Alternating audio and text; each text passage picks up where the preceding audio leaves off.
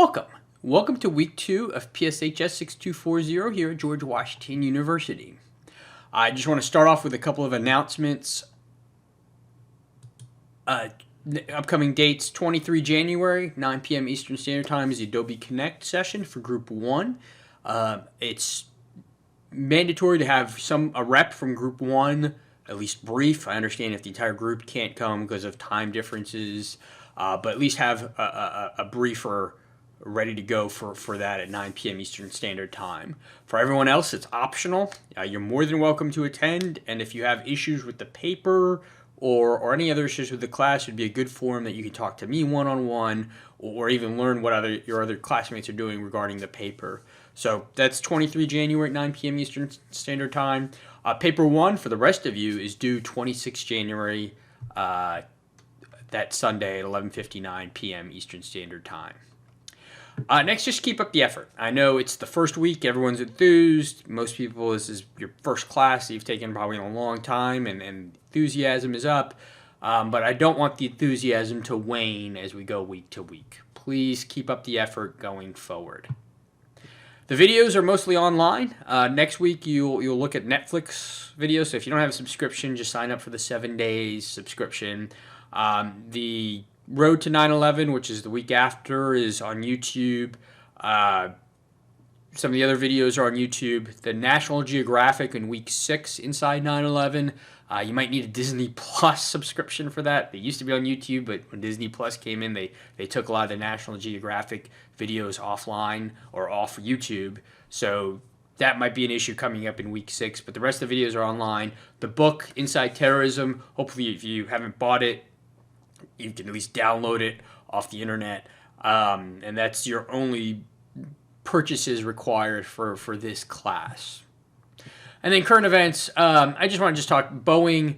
A lot of their CEO was fired, and what came to light was a lot of insider information with the 737. 2 of them had crashed in the previous year, and what made it so powerful was that it was insider information, and that's a key point going forward.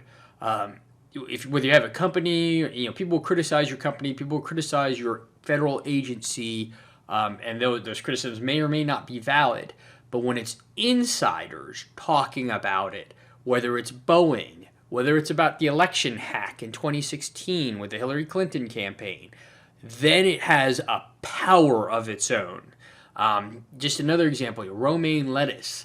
A lot of recalls, a lot of CDC issues with romaine lettuce the past 6 months. But what would kill romaine lettuce if a couple of insiders said, I would not let my kids eat romaine lettuce, or I wouldn't give romaine lettuce in a school cafeteria.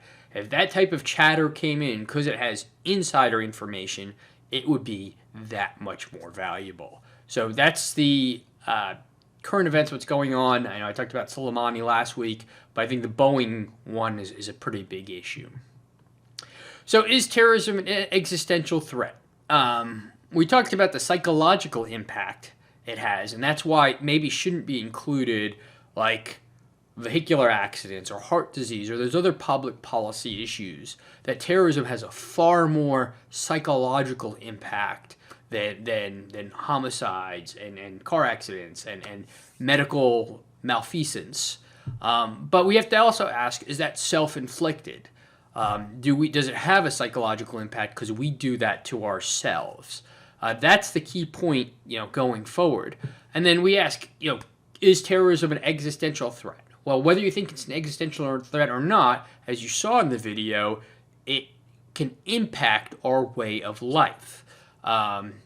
Every time you fly, you're impacted. Every time you buy something, you have to pay a security surcharge on it. Right now, there is, and this might be more active shooters, but in Fairfax County, they do active shooter drills. That certainly impacts your kids and their way of life, or has an impact on them. So that's the key point. Again, as you saw in the video that I provided.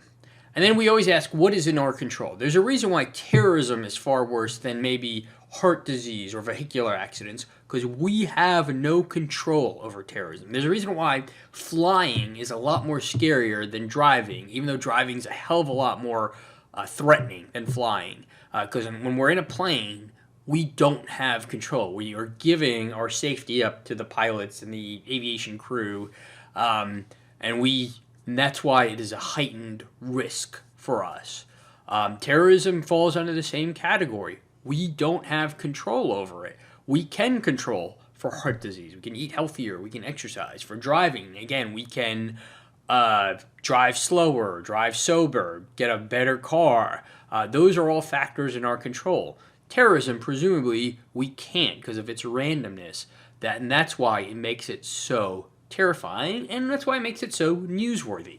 And you saw that in the Vox clip I sent out. So again, this review is kind of week one. You're not gonna be tested on this material, but these themes of whether are we spending too much on terrorism? Is terrorism a self-inflicted wound? Is it an existential threat or not? These themes are going to be here throughout the rest of the course. So just keep that in mind.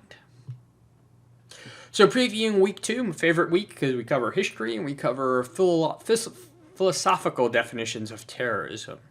The one thing you're going to learn this week, and it's important to know, is that terrorist groups are successful if they get their message out. That is a key point of terrorism, and they use whatever the technology of the day is to get their message out. And here you have three pictures. The first is the Irgun, right after World War II. This was an Israeli terrorist group designed to expel the British Mandate, or the British Empire, from what is now known as Israel. And they used teletype photography to get their message out. And these are two unfortunate British sergeants that were hung. And prior to World War II, you had to, in order to get photography out, you take the picture, put it in the mail, and then 2 weeks later, it came out in the newspaper. But with teletype wire service, you can get your message out instantaneously, worldwide. It was the YouTube of the day. The Irgun understood that, and that's why they got this message out that you see on the top. The middle is Black September, and they targeted the Israeli athletes in the 1972 Olympics. They knew that the 1972 Olympics were covered in color, and they were covered 24 hours. It was the first real worldwide television event of the time, and they knew they would get massive coverage, and that's why they targeted the Israeli athletes. And then finally, YouTube, or ISIS, has used YouTube and social media to get their message out. There's a reason why they used a beheading, and it wasn't just